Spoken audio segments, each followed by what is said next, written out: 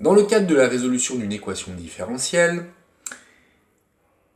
il se peut qu'après vous avoir demandé résoudre l'équation différentielle et donc trouver toutes les fonctions solutions d'une équation, il se peut qu'on vous demande, et même c'est très probable, qu'on vous demande désormais de trouver la solution qui vérifie une certaine condition. C'est-à-dire que, en fait, vous auriez travaillé sur une équation, vous auriez toutes les solutions, il y aurait un petit cas à l'intérieur, mais on vous dirait qu'en plus, on veut que, par exemple, y de 0, ça fasse 1. C'est ce qu'on appelle une condition initiale. Et là, donc à la suite de cette question où on vous demande de résoudre cette équation, peut-être en plusieurs étapes, on vous demande, ouais, moi je veux maintenant la fonction à laquelle je peux donner un nom. Ça peut être, justement, allez, je ne vais pas mettre y, mais ça peut être petit f. Je veux trouver la fonction petit f qui est solution de cette équation différentielle et qui vérifie cette condition initiale. Hein? Donc f est solution de e, je vais l'écrire là, et f solution de e. Voilà.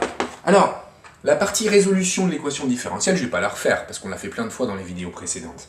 Donc, vous savez que si f est une solution de e, alors f, eh bien, à la suite d'une résolution, ça peut s'écrire, tiens, je vais mettre des t là, pour une fois, au lieu des x, je vais mettre des t. Donc, en fait, f de t, solution de l'équation e, elle s'écrit k exponentielle de 2t, donc moins b sur a, c'est-à-dire moins 2. Je sais qu'elle est de cette forme-là. Mais je sais aussi que j'en veux qu'une, parce que je sais que je dois avoir f de 0 égale 1, et que sous cette condition initiale, je vais avoir une seule solution. Donc pour l'instant, je sais que c'est de cette forme-là, mais attention, du coup, j'ai pas une infinité de fonctions qui vont être de cette forme-là, et qui vont vérifier ça. J'en aurai une seule.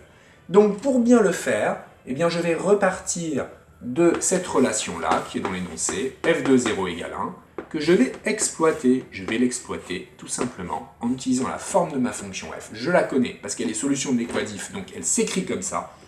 Et pour l'exploiter, je vais remplacer tous mes t par des zéros, calculer l'image et écrire que ça doit être égal à 1. Ce qui me fait k exponentielle de 2 fois 0 moins 2 égale 1. Ce qui équivaut à dire que k fois exponentielle de 0, c'est-à-dire k, parce que ça fait k fois 1, moins 2 égale 1. Ce qui équivaut à dire que k égale 3. Donc regardez, finalement, je suis parti d'une infinité de solutions. Et j'avais une condition initiale. En l'écrivant et en l'exploitant, je trouve une seule valeur de k. K est unique. Qu'est-ce que ça signifie? Que j'ai une seule fonction qui vérifie cette équation différentielle et cette condition initiale simultanément. Parce que j'ai trouvé k. Une fois que j'ai trouvé k, d'ailleurs, je peux conclure en disant, tiens, voilà, je l'ai trouvé, ma solution à mon problème de Cauchy, qui est constitué d'une équation différentielle et d'une condition initiale. J'ai trouvé k égale 3, donc j'ai écrit donc f de t, voici son expression, c'est 3 exponentielle de 2t moins 2. Ceci pour tout t appartenant à R, parce que je donne quand même le domaine de définition de ma fonction. Donc voilà comment on répond à la question, déterminer la fonction qui est solution d'une équation différentielle et qui vérifie une certaine condition initiale de type f de x0 égale y0.